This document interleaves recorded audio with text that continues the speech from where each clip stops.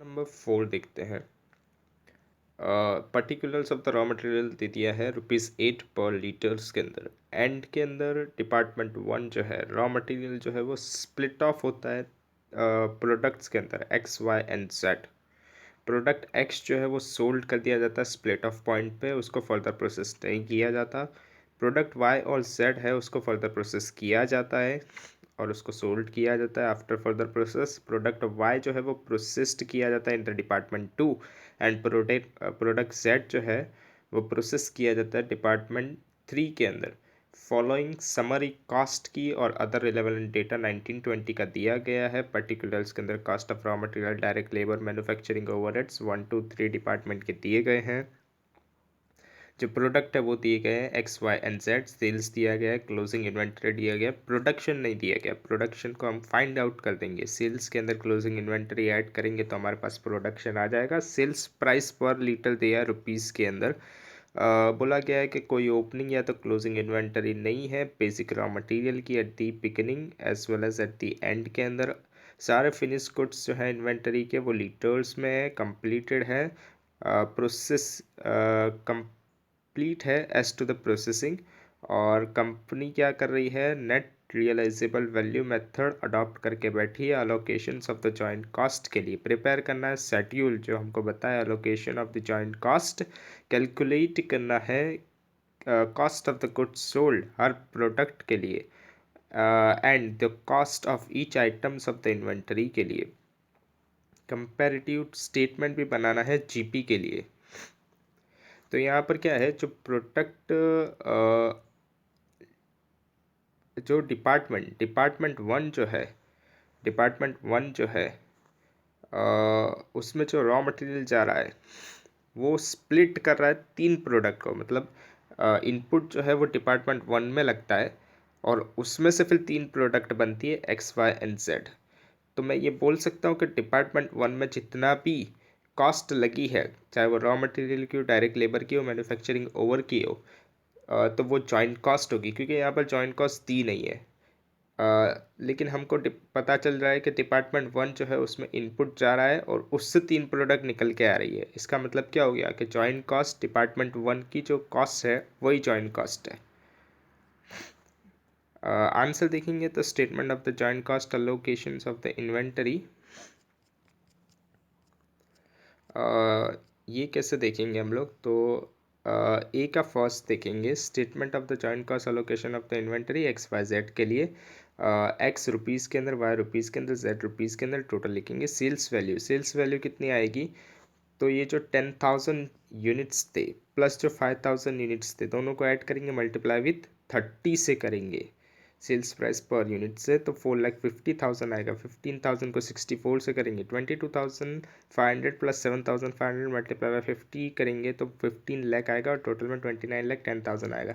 ये 10,000 प्लस 5,000 और ये 15,000, 22,500 और 7,500 कहाँ से आया, तो ये हमको यूनिट्स में दिया गया था सेल्स और क्लोजिंग इन्वेंटरी से। 10,000 और 5,000 लीटर्स में दिया गया है और 15,000 वाई के लिए और 22,500 और 7,500 इन दोनों को ऐड कर देंगे हम लोग 10,000 और 5,000 को, तो हमको क्या मिल जाएगा, एक्स का कितने यूनिट प्रोड्यूस्ड हुए होंगे। वैसे वाई का 15,000 ही है, सिर्फ सेल्स किया है, क्लोजिंग में कुछ नहीं है, तो वो भी प्रोडक्शन के अंदर वो प्रोड्यूस किए होंगे तभी जाके वो सेल हो रहा है। और जो क्लोजिंग में है उसको भी ऐड कर देंगे 22,500 प्लस 7,500, तो हमारे पास क्या आ जाएगा, जो प्रोडक्शन हुआ है जेड के अंदर वो आ जाएगा और फिर उसको सेल्स प्राइस पर लीटर से मल्टीप्लाई कर देंगे तो हमारे पास सेल्स वैल्यू आ जाएगी।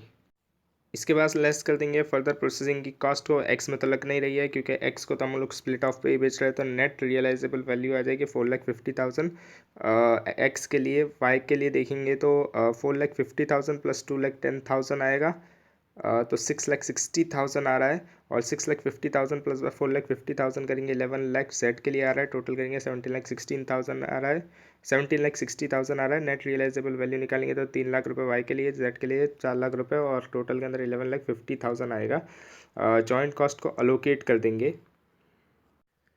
देखिए डिपार्टमेंट 2 और डिपार्टमेंट 3 जो है उसके अंदर जो कॉस्ट लग रही है वो तो फर्दर प्रोसेसिंग की कॉस्ट है, क्योंकि डिपार्टमेंट 1 के अंदर ही 3 प्रोडक्ट सेपरेट होके आ रहे हैं। तो डिपार्टमेंट 1 की जो कॉस्ट होगी वो जॉइंट कॉस्ट होगी। उसके बाद जो कॉस्ट डिपार्टमेंट 2 और डिपार्टमेंट 3 लग रही है वो फर्दर प्रोसेसिंग की कॉस्ट है। और बोला गया था डिपार्टमेंट 2 के अंदर जो कॉस्ट लग रही है वो वाई के लिए है और डिपार्टमेंट 3 के अंदर जो कॉस्ट लग रही है वो जेड के लिए है। इसका मतलब क्या हो गया कि डिपार्टमेंट 2 की जो कॉस्ट है वो फर्दर प्रोसेसिंग कॉस्ट वाई के लिए है, डिपार्टमेंट 3 की है वो फर्दर प्रोसेसिंग कॉस्ट जेड के लिए है। तो इसलिए हमने टोटल कर दिया 4,50,000 प्लस बाय 2,10,000, तो ये हमारा वाई के लिए फर्दर प्रोसेसिंग हो गया और जेड के लिए 6,50,000 प्लस 4,50,000, तो ये हमारे जेड के लिए फर्दर प्रोसेसिंग की कॉस्ट होगी। और जॉइंट कॉस्ट कितनी होगी हमारी 4,80,000 प्लस बाय 70,000 प्लस बाय 48,000 करेंगे हम लोग। ये क्यों ऐसा कर रहे हैं, क्योंकि बोला गया था डिपार्टमेंट 1 जो है उसमें जो कॉस्ट लग रही है उससे 3 प्रोडक्ट बन रहा है, मतलब डिपार्टमेंट 1 की कॉस्ट जो है वो जॉइंट कॉस्ट है। तो टोटल आएगा 5,98,000। और इसको एनआरवी के रेशियो के अंदर हम लोग डिवाइड कर देंगे, मतलब बांट देंगे। एनआरवी के रेशियो में एनआरवी का रेशियो 5,98,000 को डिवाइड करेंगे 11,50,000 से और मल्टीप्लाई करेंगे 4,50,000 से, तो 2,34,000 आ गया। वैसे ही 3 लाख का भी कर देना है, 4 लाख का भी कर देना है, तो वाई और जेड के लिए भी जॉइंट कॉस्ट अलोकेट हो जाएगी। कैलकुलेट करना है COGS and closing inventory x y और जेड के लिए और टोटल कर देना है। अलोकेटेड जॉइंट कॉस्ट कितनी है 234, 1,56,000, 2,08,000। फर्दर प्रोसेसिंग की कॉस्ट कितनी हो रही है, तो एक्स के अंदर तो कुछ नहीं है, वाई के अंदर 6,60,000 है और जेड के अंदर 11 लाख है। टोटल करेंगे तो 2,34,000, 8,16,000 और 13,08,000 और टोटल के अंदर 23,58,000 आएगा। ये जो है ये पूरी कॉस्ट लग रही है, joint cost plus further processing cost, मतलब ये टोटल कॉस्ट लग रही है। टोटल कॉस्ट किसके लिए लगी होगी, तो जितने हमने प्रोडक्शन बनाया होगा, जितना प्रोडक्शन किया होगा उसके लिए लगी होगी। तो वो एक्स के अंदर प्रोडक्शन कितना किया गया था, तो 15,000 यूनिट्स का प्रोडक्शन किया गया था, लेकिन हमको क्लोजिंग इन्वेंटरी इसमें से लेस करनी पड़ेगी तब जाके हमारे पास COGS आएगा। तो क्लोजिंग इन्वेंटरी के यूनिट्स कितने थे, 2,34,000 रुपीज़ की जो कॉस्ट लग रही है वो 15,000 यूनिट्स के लिए लग रही है। तो हमको तो 5,000 यूनिट्स ही चाहिए, क्योंकि क्लोजिंग के अंदर एक्स के अंदर 5,000 यूनिट ही थे। तो 2,34,000 डिवाइड बाई 15,000 मल्टीप्लाई बाई 5,000 करेंगे 78,000 आएगा। इसको लेस कर देंगे 2,34,000 में से, तो हमारे पास COGS आ जाएगा 1,56,000। वैसे ही वाई के अंदर तो कोई क्लोजिंग स्टॉक है ही नहीं, तो 8,16,000। और जेड के अंदर देखेंगे 13,08,000 की कॉस्ट लग रही है पूरा 30,000 के लिए। हमको तो 7,500 जो क्लोजिंग के उसी का चाहिए, तो 3,27,000 आएगा। तो 13,08,000 में से 327 माइनस करेंगे 9,81,000 आएगा और फिर टोटल करके उसको भी माइनस करेंगे तो COGS का टोटल आ जाएगा। ये टोटल यूनिट्स हम कहाँ से देख रहे थे, तो 10 प्लस 15 थे, 15,000 यहाँ पर सेल्स में थे और 22,50,000 प्लस 7,500 करेंगे तो तो हमारे पास टोटल आ रहा था 30,000। ये सब मिला के हमारा प्रोडक्शन हो रहा था, लेकिन हमको तो क्लोजिंग की वैल्यू चाहिए थी। तो क्लोजिंग की वैल्यू के लिए हमने 5,000 किया। वाई के अंदर कोई क्लोजिंग की इन्वेंटरी नहीं है और जेड के अंदर 7,500 है, इसलिए उससे मल्टीप्लाई कर दिया था हमने।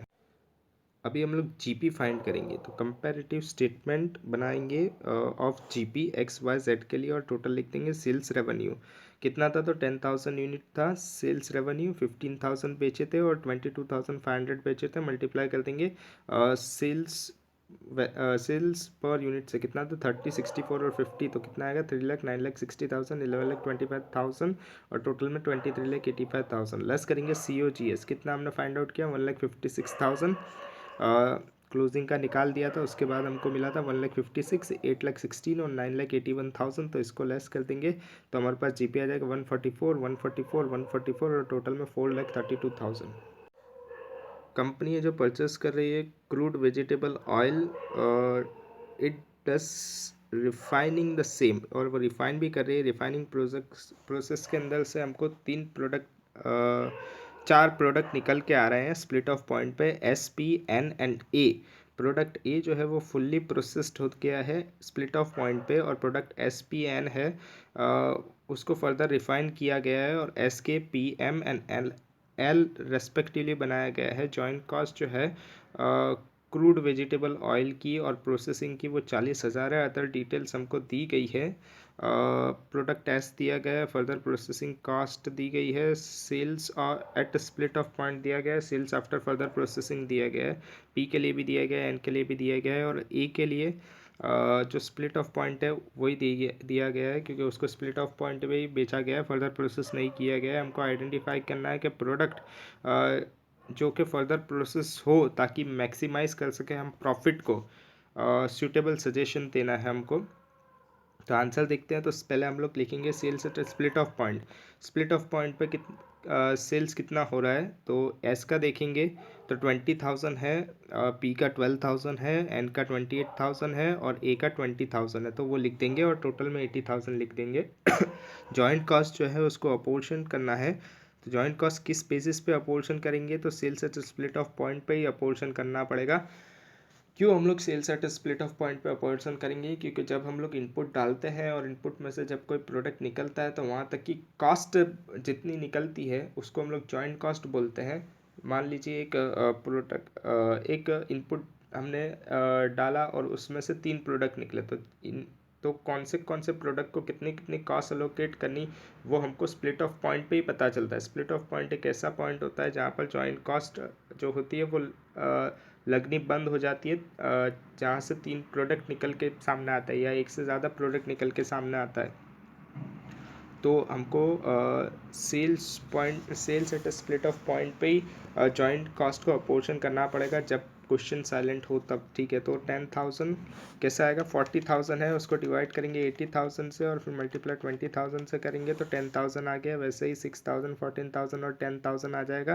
तो profit eight split off point कितना होगा, 10,000, 6,000, 14,000, 10,000, 40,000 आएगा। और सेल्स आफ्टर फर्दर प्रोसेसिंग का भी हमको दे दिया है, वैल्यू कितनी है, 1,20,000, 40,000, 48,000, और ए की नहीं लिखनी हमको तो 2,08,000 आ जाएगा।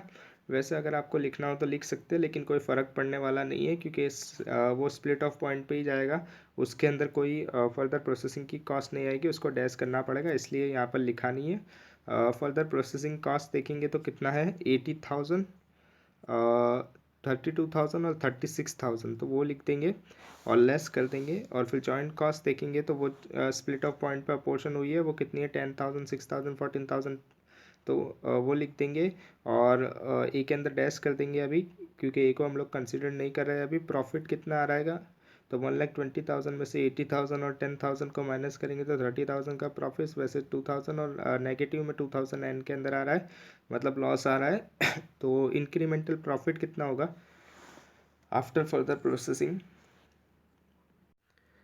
तो इंक्रीमेंटल प्रॉफिट कितना हो रहा है आफ्टर फर्दर प्रोसेसिंग, तो 20,000 एस के अंदर हो रहा है, पी के अंदर तो लॉस आ रहा है 4,000 का, एन के अंदर 16,000 का लॉस आ रहा है।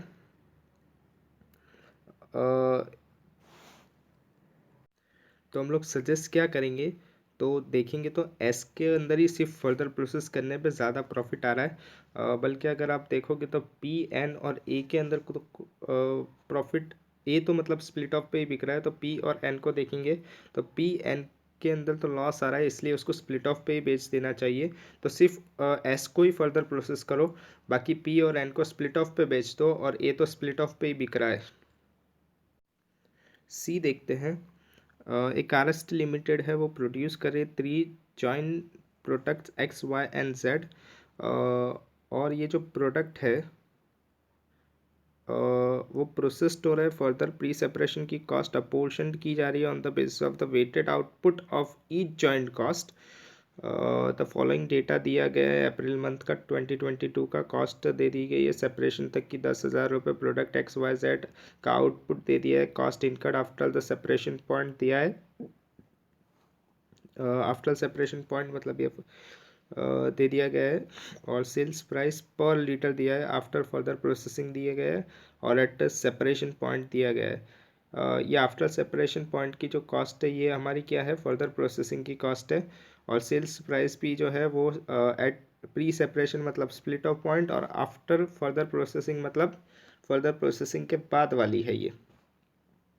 ठीक है, और प्रिपेयर करना है स्टेटमेंट जो बताया हमको प्रॉफिट और लॉस ईच प्रोडक्ट के लिए after further processing using the present adopted method, यानी अभी जो मेथड अडॉप्ट की गई है उस बेसिस पे of the apportionment of the pre separation cost, और एडवाइस करना है मैनेजमेंट को क्या कि प्योरली फाइनेंस कंसिडरेशन, क्या प्योरली फाइनेंस कंसिडरेशन है तीनों प्रोडक्ट के लिए, और क्या उसको प्रोसेस करना चाहिए फर्दर या नहीं करना चाहिए।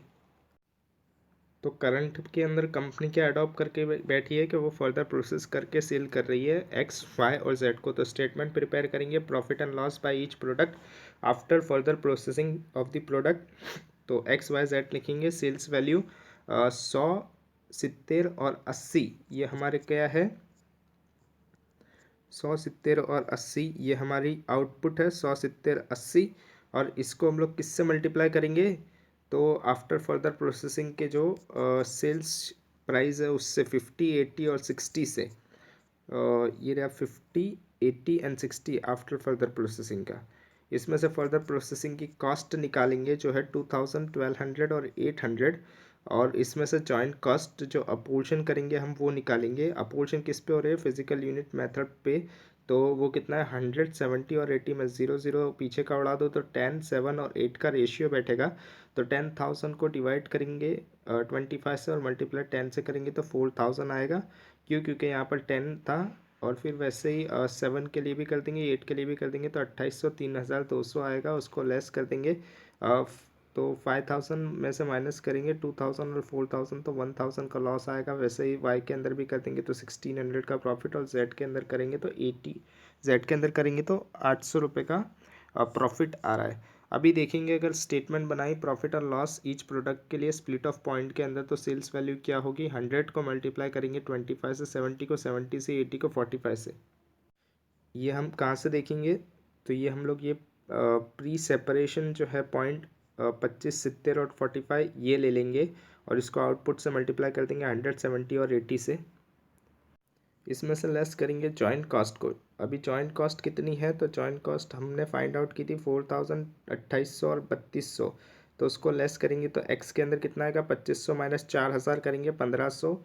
वाई के अंदर कितना आएगा, 4900 माइनस बाय 2800 करेंगे 2100। वैसे ही जेड के अंदर 400 आएगा। तो अभी हम लोग एडवाइस देंगे, हम लोग क्या एडवाइस देंगे कि प्रोडक्ट जो एक्स है और जो जेड है उसको फर्दर प्रोसेस किया जाए, और जो वाई जो है प्रोडक्ट उसको सेल कर दिया जाए at a point of separation. क्यों ऐसा कर रहे हैं हम लोग, क्योंकि देखिए एक्स और जो जेड है, एक्स और जो जेड है, एक्स के अंदर 1500 का लॉस आ रहा है अगर हम लोग क्या कर दें, उसको स्प्लिट ऑफ पे बेच दें। लेकिन अगर हम उसको स्प्लिट ऑफ पे बेचेंगे तो 1500 का लॉस आ रहा है। लेकिन हम लोग अगर उसको फर्दर प्रोसेस करते हैं तो हमारा लॉस कम हो जाएगा। कितना हो जाएगा, 1000 हो जाएगा। तो बेटर है कि हम लोग एक्स को आफ्टर फर्दर प्रोसेसिंग के बाद ही बेचें।